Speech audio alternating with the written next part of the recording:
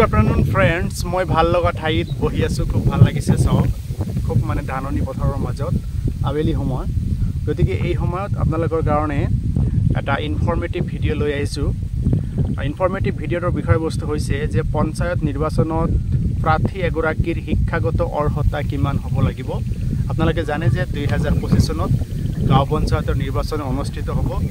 গতিকে যিবিলাকে কেণ্ডিডেট হ'ব সেই কেণ্ডিডেটবিলাকৰ এডুকেশ্যনেল কোৱালিফিকেশ্যন শিক্ষাগত অৰ্হতা কিমান হ'ব লাগিব সেয়া আপোনালোকক জনাই আছোঁ। পঞ্চায়ত সদস্য অথবা ৱাৰ্ড মেম্বাৰ পদৰ বাবে যদি সাধাৰণ শ্ৰেণীৰ প্ৰাৰ্থী হয় তেতিয়াহ'লে মেট্ৰিক পৰীক্ষাত উত্তীৰ্ণ হ'ব লাগিব। তাৰপিছত ৰাজ্য বা কেন্দ্ৰীয় চৰকাৰৰ দ্বাৰা স্বীকৃতিপ্ৰাপ্ত অন্যান্য বোৰ্ড কাউন্সিলৰ পৰা সমপৰ্যায়ৰ পৰীক্ষাত উত্তীৰ্ণ হ'লেও হ'ব। যিবিলাকে হয়তো মেট্ৰিক পৰীক্ষা দিয়া নাই বা অন্যান্য বোৰ্ড বা কাউন্সিলৰ পৰা সমপৰ্যায়ৰ পৰীক্ষাত যদি উত্তীৰ্ণ হয় তেতিয়াহ'লে মেট্ৰিক পৰীক্ষাৰ সমপৰ্যায়ৰ উত্তীৰ্ণ হ'লেও হ'ব। তাৰপিছত এইটো হ'ল কি গাঁও পঞ্চায়তৰ ৱাৰ্ড মেম্বাৰ পদৰ বাবে।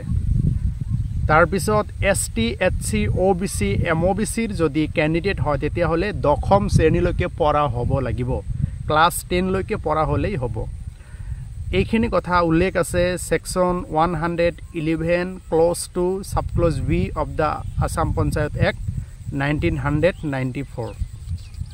তাৰপিছত যদি আঞ্চলিক পঞ্চায়তৰ সদস্য আৰু জিলা পৰিষদৰ সদস্য পদৰ বাবে সাধাৰণ শ্ৰেণীৰ প্ৰাৰ্থী হ'লে উচ্চতৰ মাধ্যমিক হায়াৰ ছেকেণ্ডাৰী পৰীক্ষাত উত্তীৰ্ণ হ'ব লাগিব অথবা কেন্দ্ৰ বা ৰাজ্য চৰকাৰৰ দ্বাৰা স্বীকৃতিপ্ৰাপ্ত বোৰ্ড কাউন্সিলৰ পৰা সমপৰ্যায়ৰ পৰীক্ষাত উত্তীৰ্ণ হ'লেও হ'ব।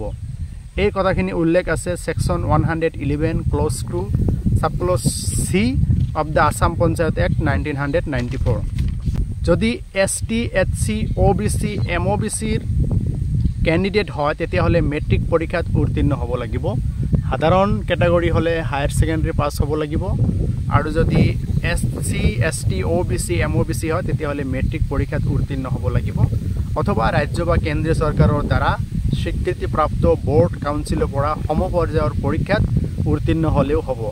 এই কথাখিনি উল্লেখ আছে section 111 clause 2 sub clause C of the Assam panchayat act 1994।